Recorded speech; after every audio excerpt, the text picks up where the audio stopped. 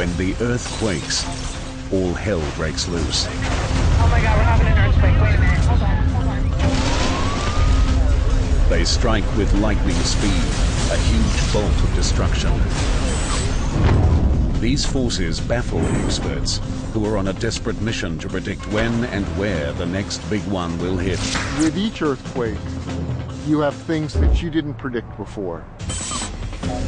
We'll circle the globe, examining significant earthquakes of our time, each more powerful than the last, each with its own compelling mysteries, each propelling us towards a projected mega disaster, a monster quake that could rock our world.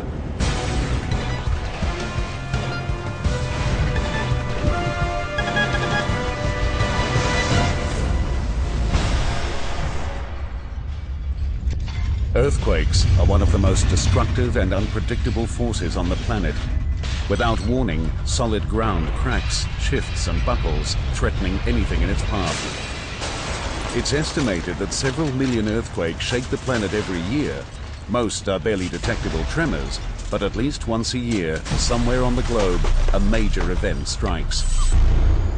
Most earthquakes are created by movements of titanic slabs of the Earth's crust, called tectonic plates. Enormous pressure builds as the plates strain against each other. When plates slide past each other, a strike-slip earthquake forms. When plates collide head-on and one slides under the other, a thrust earthquake occurs. In both cases, the Earth's crust tears and snaps, releasing a giant burst of seismic force. The amount of energy released by an earthquake is known as its magnitude. The higher the magnitude, the more energy released. An earthquake of magnitude 8 or higher releases as much energy as 1 billion tons of TNT, or 67,000 Hiroshima bombs. Earthquakes' destructive energy has cost almost 8 million lives in the last 1,000 years. The fatality rate is rising as populations in high-risk areas increase dramatically. And it's kind of an inevitable shift as people cluster more and more. The largest cities continue to grow larger and larger. Today, there are 17 cities jammed with more than 10 million people. 140 other metropolitan areas have populations topping 2 million. More than half of these are within striking distance of a major fault line, placing hundreds of millions directly in the line of fire. A lot of times, we are our own worst enemies in terms of where we build and how we build these cities. It's only a matter of time before another city is hit by a devastating earthquake. To prepare for the inevitable future, it's essential to learn from the past.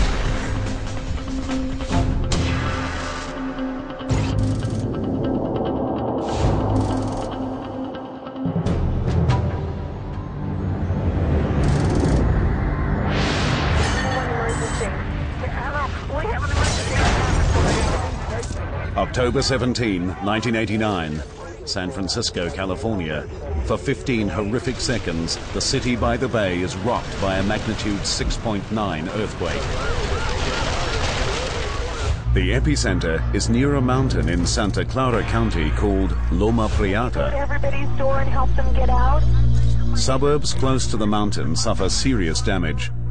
The ground splits open in huge gashes, hundreds of homes are thrown off their foundations, and small communities are ripped apart. 62 people were dead.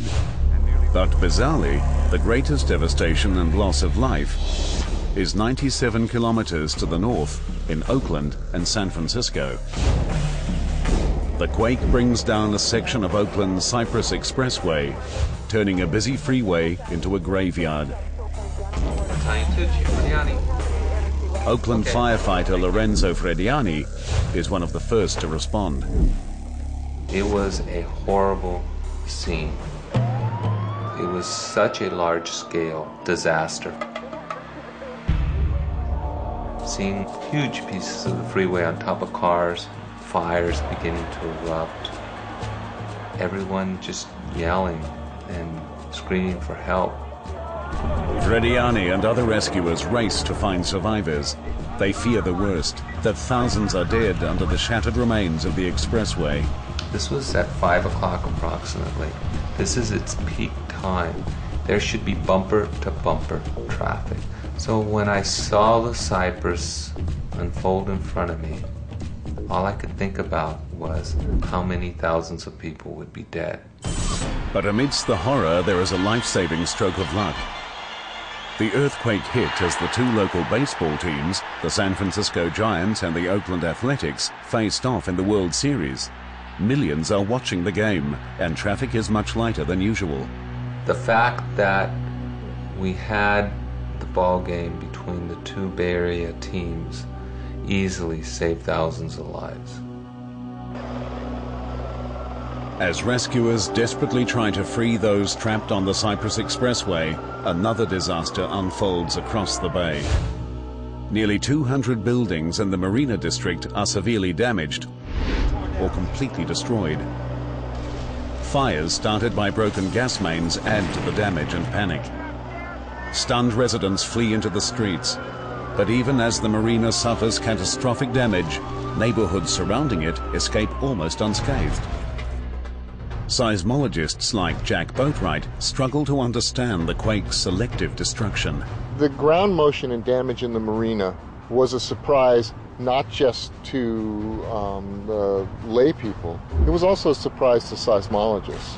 The earthquake seemed to defy logic. It targeted two specific areas, 97 kilometers from the epicenter, leaving most of the Bay Area untouched. Boatwright and his colleagues set out to solve this mystery by going back to basics. When a fault ruptures, spherical waves of energy are released, traveling through the ground until they reach the surface. Like any other kind of wave, they can bend, reflect, or join together to make bigger waves. Oakland and the Marina District were unlucky enough to be hit by a seismic double team, two sets of waves that joined together. One set traveled directly from the earthquake center to the surface. Another traveled deep into the earth, then bounced off the boundary between the solid crust and the molten layer beneath it. The reflected waves reached the surface 97 kilometers away from their source, directly under Oakland and the Marina District. This seismic double whammy was bad enough, but it became much worse when combined with a fatal mistake made by the city's forefathers. 100 years ago, this land didn't exist. As the Bay Area rapidly expanded, stretches of ocean became beachfront property. The shallow edges of the bay were filled in with sand and debris. The difficulty is these very fine and clean sands. When an earthquake occurs and you start shaking them, there's really nothing binding the sand together. It becomes actually a liquid. Liquefaction is a deadly side effect of many large earthquakes. As solid ground turns to liquid, roads are destroyed, buildings topple, and underground pipes rupture. Liquefaction severed a gas main in the marina, igniting an inferno. The total cost of the quake was huge. 63 people died, 4,000 were injured, and 20,000 structures were damaged or destroyed.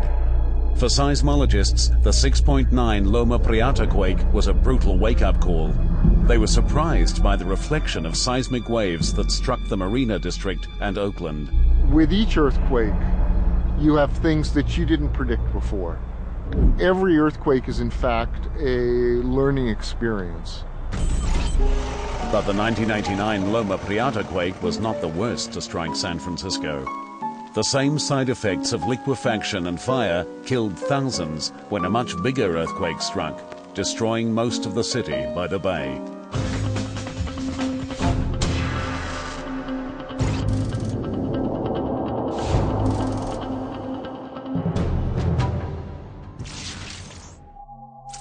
Around the turn of the century, San Francisco was actually the premier city on the west coast of the United States.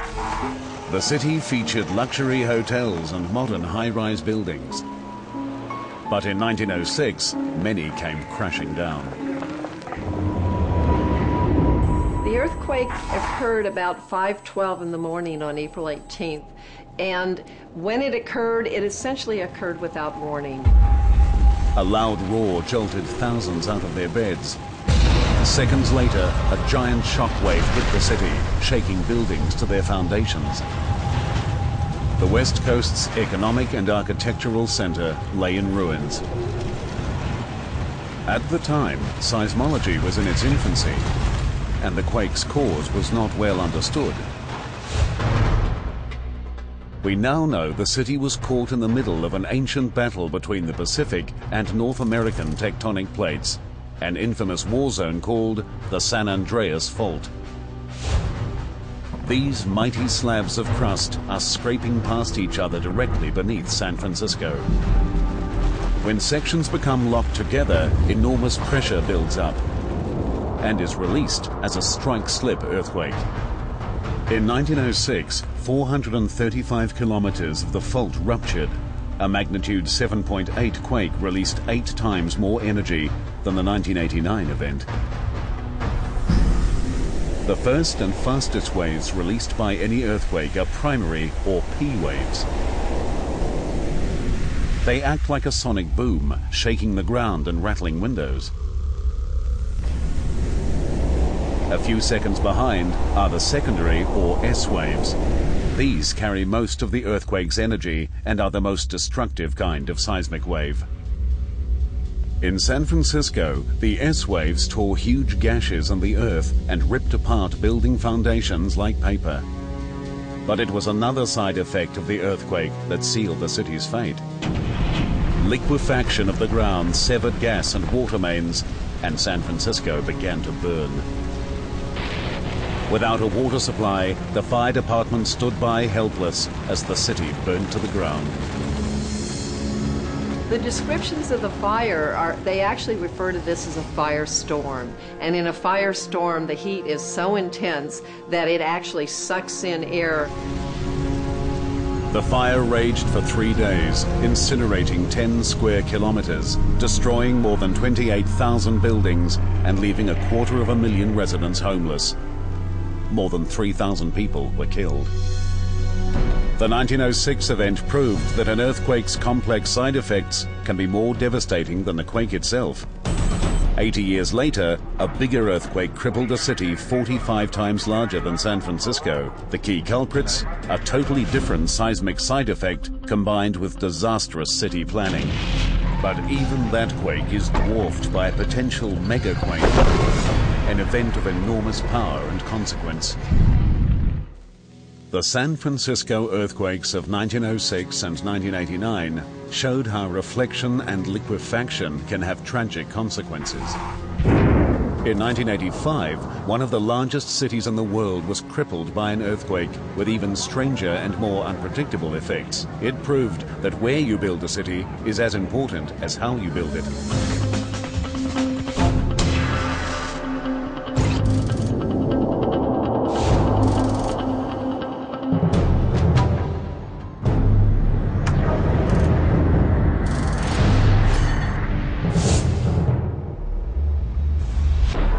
Mexico City is one of the world's largest cities, with a current population of more than 20 million. The metropolis sprawls across a mountain valley in the center of Mexico. It's a city of non-stop activity, its massive population busy day and night.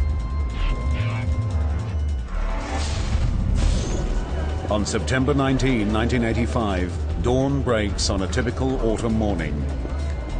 Millions of people face the new day. Suddenly, the earth begins to writhe and buckle. A magnitude 8 earthquake strikes the city. The epicenter is off Mexico's west coast. It unleashes 6 times more destructive energy than the 1906 San Francisco quake. Hundreds of multi-storied buildings disintegrate into rubble. Thousands of others are severely damaged. I didn't know what was happening. Your mind is racing 1,000 miles per hour. You don't know if you're already dead. The city struggles to cope as phone and electricity lines are severed, emergency services overwhelmed, and millions left to fend for themselves. 3 of the city's largest hospitals are severely damaged, adding to the chaos and casualties. One of the most horrific scenes is at the Nuevo León, a 15-story apartment building. Of the 1,800 people who lived here, more than 600 were killed. Cutremurele Abarca is a stunned witness as the Nuevo León falls victim to the earthquake's rage. I recall it like a nightmare because this huge structure, so solid for us, in those moments it was collapsing like if it was made of paper, like a model that an invisible hand was pushing down.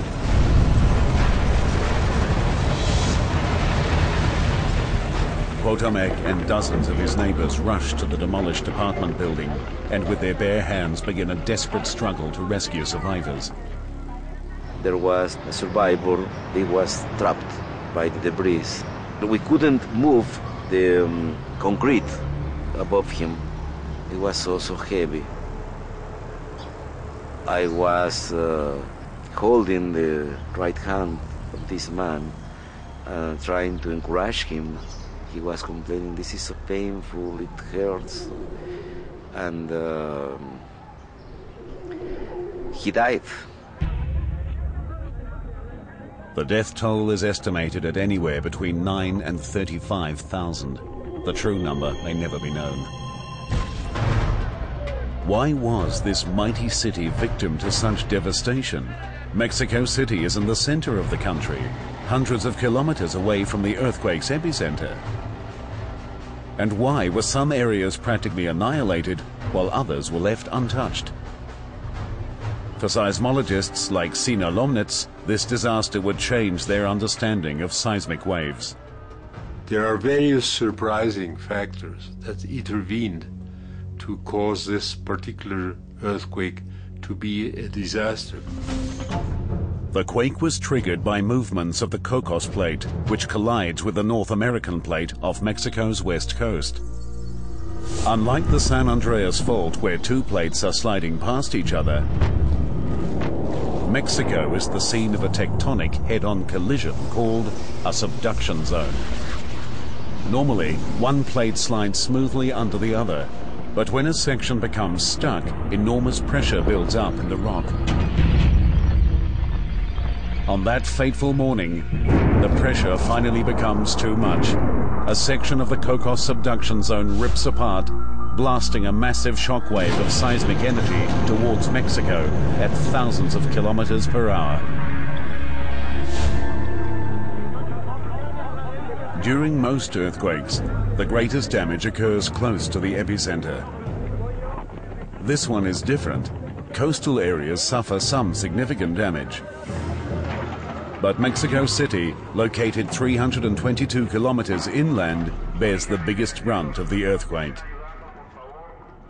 Bizarrely, most of the city is barely damaged, while small specific areas are almost completely destroyed. Buildings between 6 and 15 stories high suffer the most. Shorter and taller structures in the same block survive virtually unscathed. To solve the perplexing mysteries, Lomnitz and his colleagues searched directly beneath their feet. Mexico City has a rather unusual location for a large city. 700 years ago, what today is Mexico City was a lake.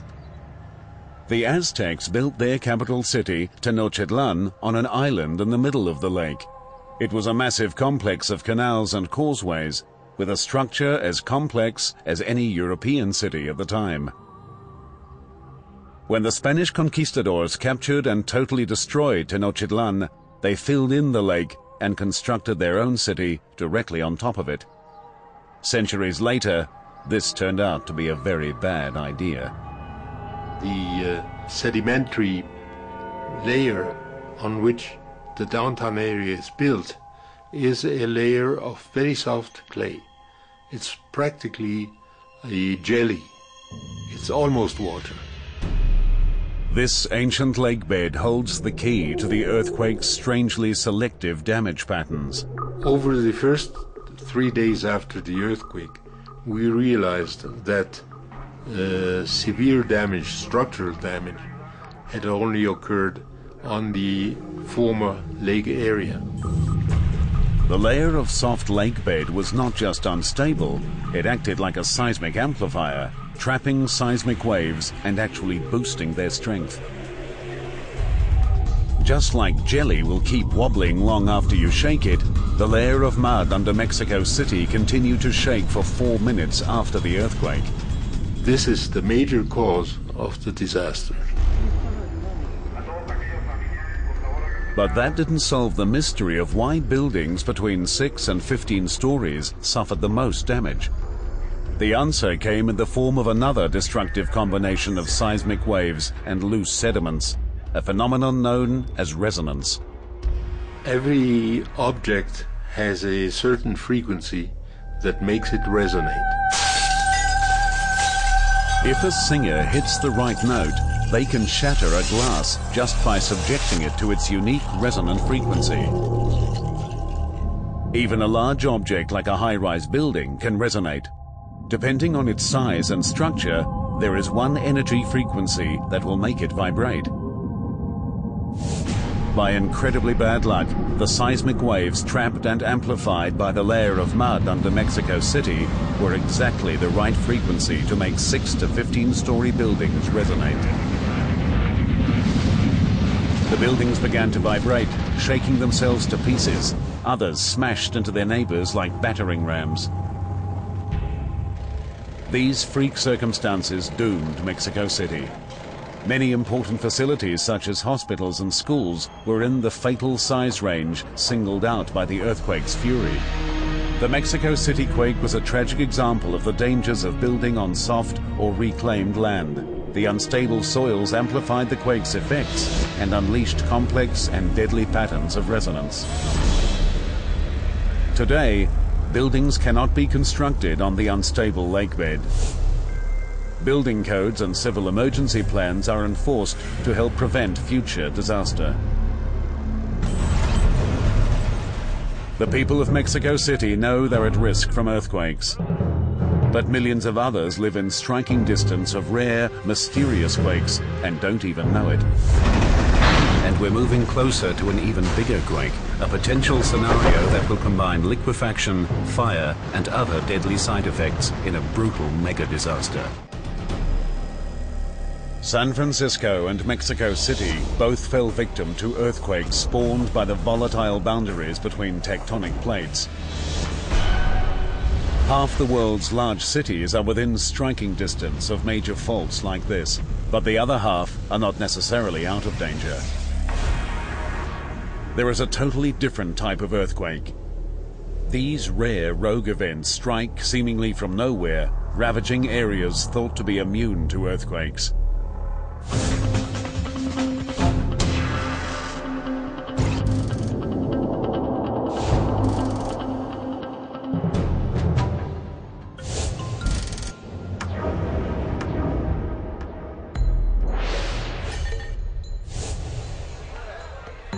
January 26 is India's Independence Day.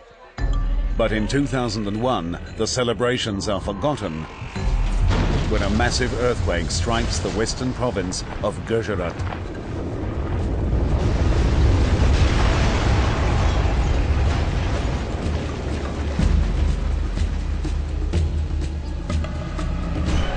The 7.7 quake destroys the historic city of Bhuj, along with many other nearby towns and cities. 20,000 people are killed and 1 million homes lost or damaged. 200 villages are wiped from the map. Paul Bowden is a Memphis, Tennessee-based seismologist who traveled to India to study the quake. What we saw was an immense amount of devastation. The human toll was incredible. It was a horrible place to actually be doing the work that we had to do. For scientists like Bowden, the most stunning aspect of the quake is not the scale of the damage, but the fact that it occurred at all. According to the theory of plate tectonics, this earthquake should not have happened. Central Asia is no stranger to deadly quakes. Over 1 billion people live close to a massive tectonic collision as the Indian plate plows head-on into the rest of Asia. The Himalayas, the largest continental mountain range on Earth, are the crumpled wreckage of this collision. This volatile plate boundary has spawned numerous deadly earthquakes. The 2005 Kashmir quake killed almost 80,000 people in Pakistan and northern India. It was magnitude 7.6, not huge, but powerful enough to flatten hundreds of thousands of buildings. But Bhuj is 200 kilometers away from the dangerous Himalayan plate boundary. Large earthquakes shouldn't happen here. But there's these rogue 5% that happen away from plate boundaries. And we don't have a very good understanding of what drives these kind of earthquakes. These mysterious rogue disasters are called intraplate quakes. The 2001 Bhuj earthquake was an important opportunity to study one of these rare events. But Bowden and his team had a more urgent reason to travel from Memphis to India. The largest intraplate earthquakes in history happened right in their own backyard.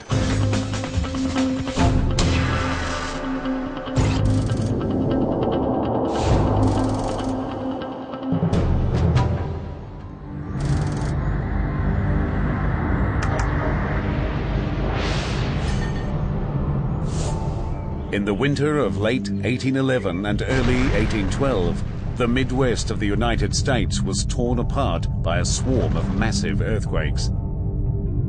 They were probably bigger than any quake to hit California, and are named after an ordinary town with an extraordinary secret, New Madrid.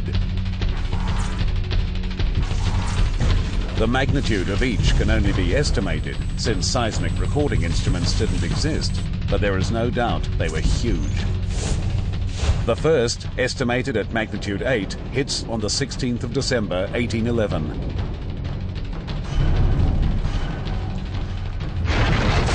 Houses and buildings are torn apart, entire forests are wiped out. Enormous cracks split and tear the earth. The placid Mississippi becomes a raging torrent of rapids and waterfalls. But this was only the beginning. A month later, another giant quake, estimated at magnitude 8, tears the frontier town of New Madrid, Missouri, to pieces. 2 weeks after that, a third magnitude 8 quake strikes. Over the next 2 months, almost 2,000 smaller tremors strike. The effects are felt throughout the entire eastern half of the United States. In New Madrid, in the middle of the plate, to have a large earthquake, a huge earthquake, is astounding. And then to follow it up with 2 other events that were as large or larger, just incredible. This incredible series of earthquakes seems to have come from nowhere. This is the flat, stable center of the North American plate. It's supposed to be safe from large earthquakes. Reelfoot Lake, 24 kilometers from New Madrid, is famous for its fishing. But seismologist Roy Van Arsdale hasn't come for the largemouth bass.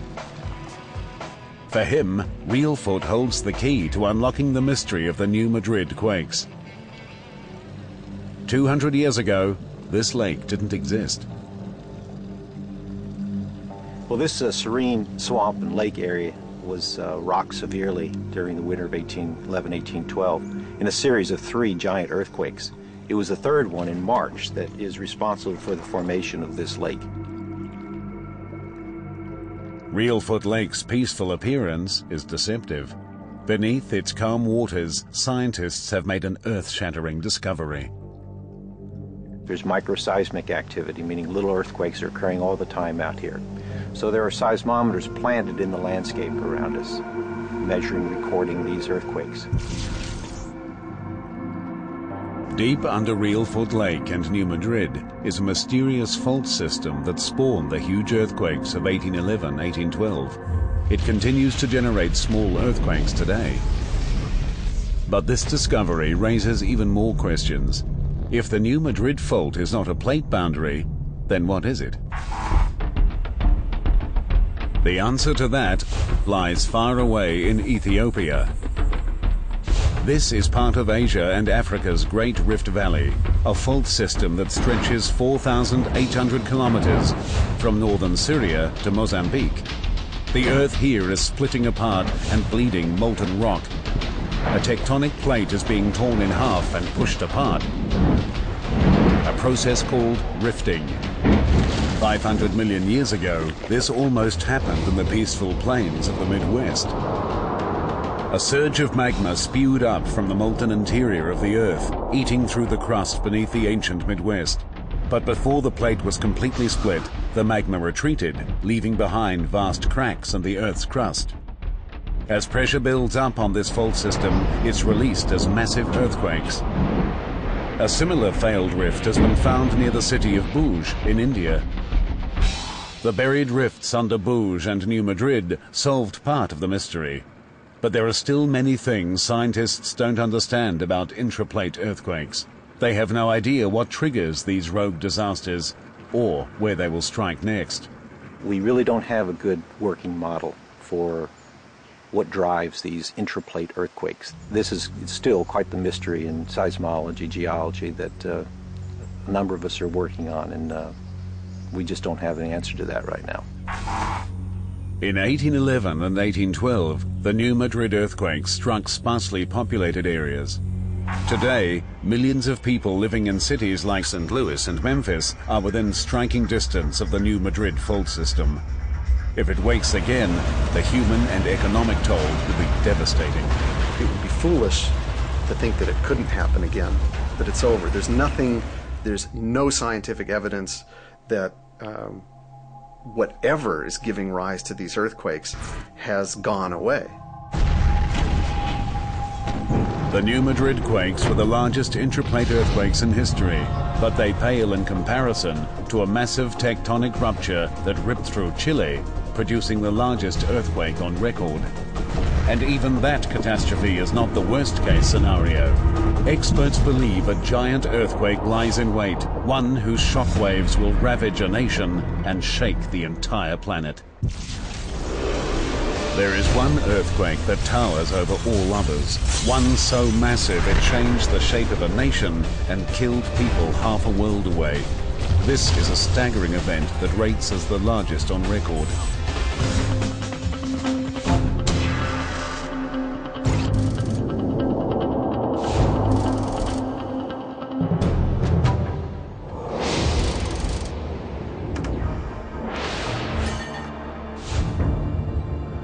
In the small Chilean town of Maullín, life is quiet and simple. Its 1,500 residents depend on the sea and the soil to survive. But in 1960, both elements conspired to decimate this peaceful place. Juana Lopez was 8 months pregnant when her world was torn to pieces. I was at my sister's house and felt a movement. Immediately I realized it was an earthquake. Nelly Gallardo was also caught by the earthquake's violence. We couldn't stand up. We had to sit down and hold to our fins. But the fins were moving like this. Then the earth started to open. But the shaking in Maullín is just the beginning. A massive catastrophe is spreading across Chile, killing thousands and shaking the entire nation to its core. 161 kilometers off the Chilean coast, the small, dense Nazca plate slams into the much larger and lighter South American plate, creating a subduction zone. This is far more dangerous than the one that affected Mexico in 1985, because here it runs the entire length of the continent.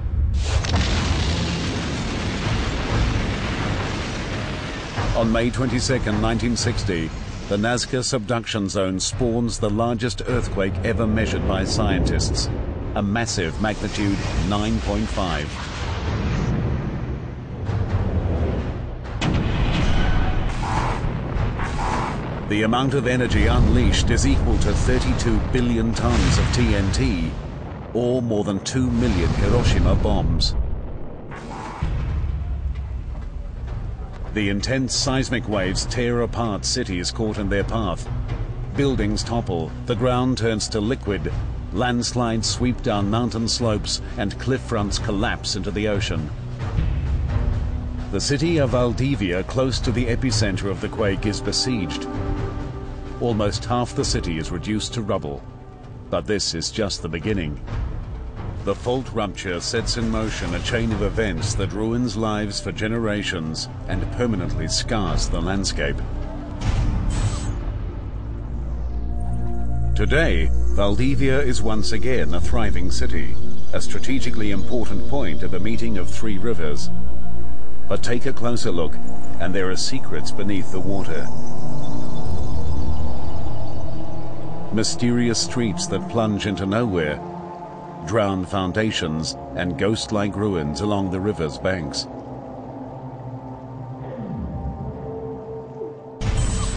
The 1960 earthquake did far more than shake things up. It forever changed the shape of the land itself. This ruined landscape is the victim of a side effect of the massive Chilean earthquake called subsidence. Valdivia's fate was sealed hundreds of years before the quake. For centuries, pressure built up along the boundary of the two great tectonic plates off Chile's coast. The South American plate began to slowly bulge upwards under the strain. When the fault ruptured in 1960, the strain was released on the South American plate. It snapped back to its natural shape, luring a vast swath of land 2.5 meters. For the people of Valdivia, this is a disaster that will last for generations.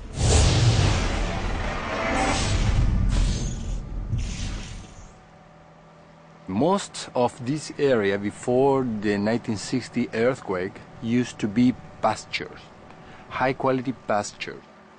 The ground dropped 2 meters down, and now the tides cover every day this land. So there was a huge damage on the economy of these people here, because they lost the soil, the better soil of the area. Over 200,000 square kilometers of Chile's coast subsided after the earthquake. But incredibly, even this was not the most deadly part of the day. They said we need to be prepared because the sea is coming in, the tsunami is coming, and we have to climb up the hill. Just 15 minutes after the massive quake, a series of giant earthquake-generated tsunami waves slam into the coast.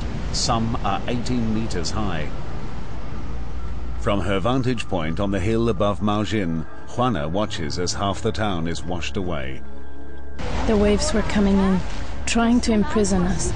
We heard another wave coming, starting to move the houses that were on the shore, making them hit one another. It was a terrific noise, a noise that scared us. But Nelly Gallardo had no time to get to safety. She was caught by the full fury of the waves. As the wave was advancing, trees and other things were disappearing in its path. I climbed up into some trees, but when the second wave came, the trees were not strong enough to hold us.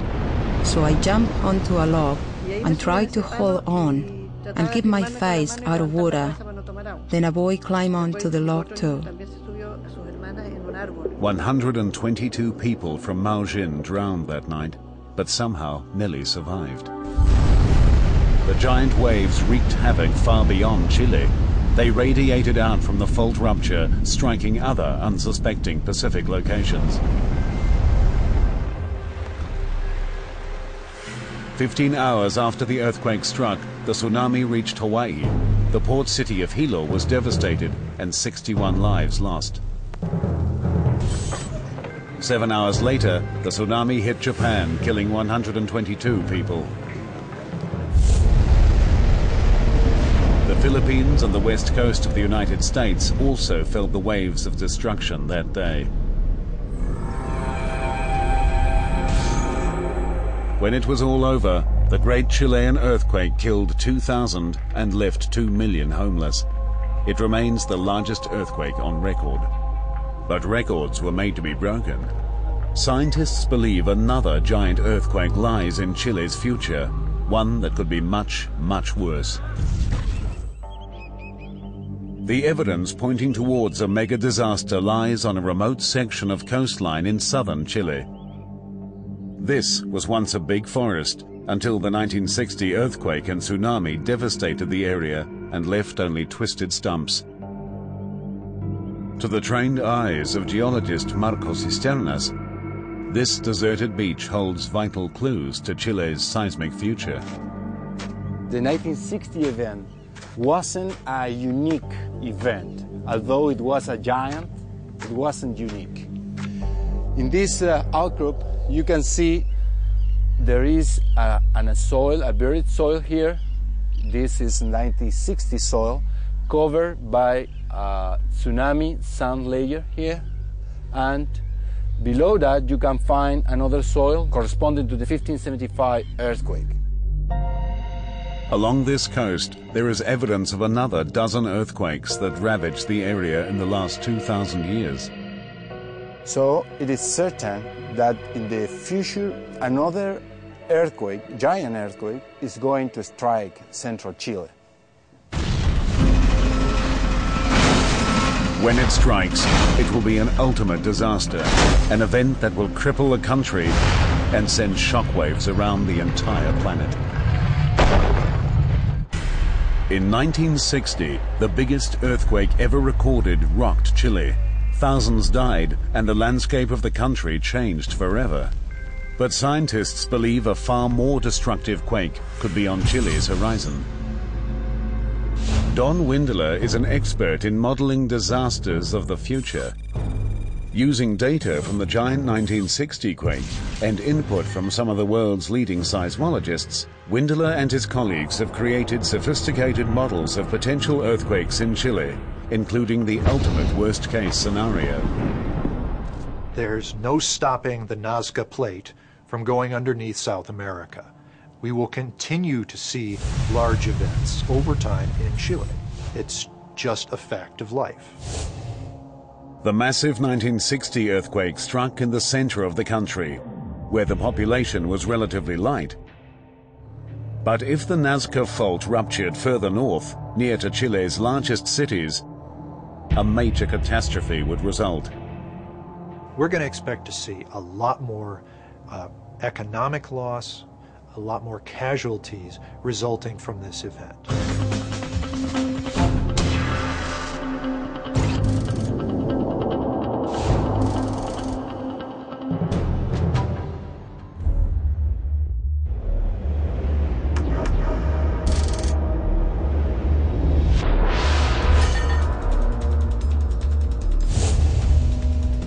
Valparaiso is one of Chile's major ports and home to its navy and houses of parliament.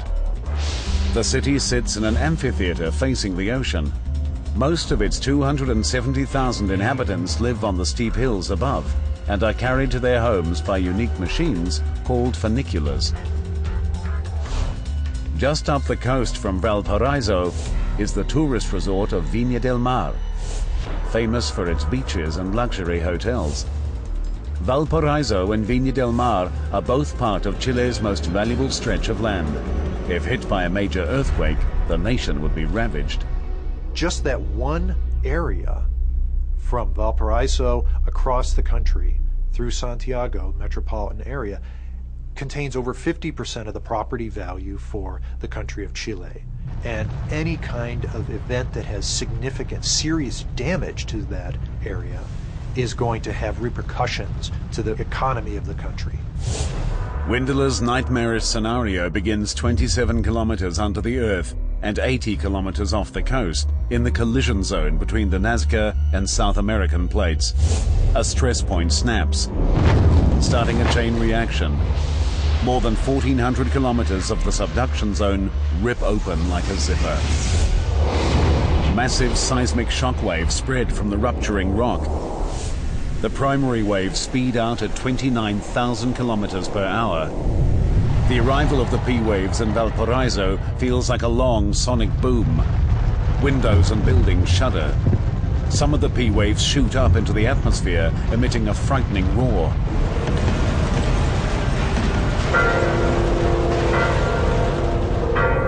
The secondary waves follow, carrying most of the earthquake's energy. Some surface waves shake the ground from side to side, twisting railway lines and shattering concrete structures. Buildings are shaken from their foundations.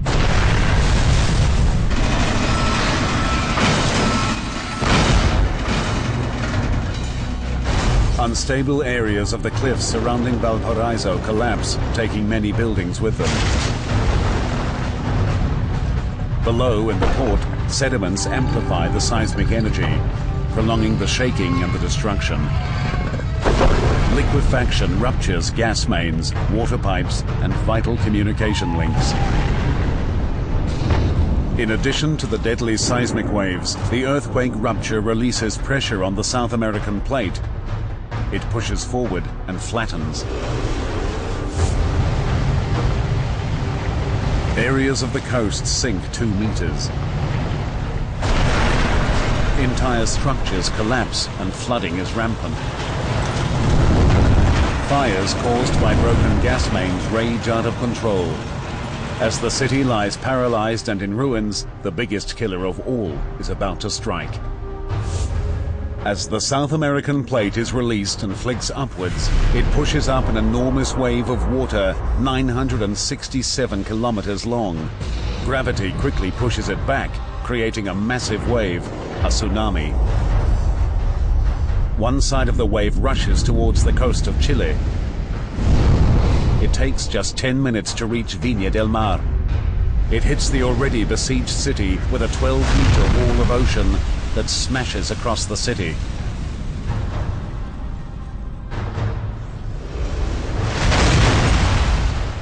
Thousands more lose their lives. The city is devastated. But the giant earthquake's deadly reach extends far beyond Chile. The same tsunami that pulverized Viña del Mar speeds across the Pacific for thousands of kilometers.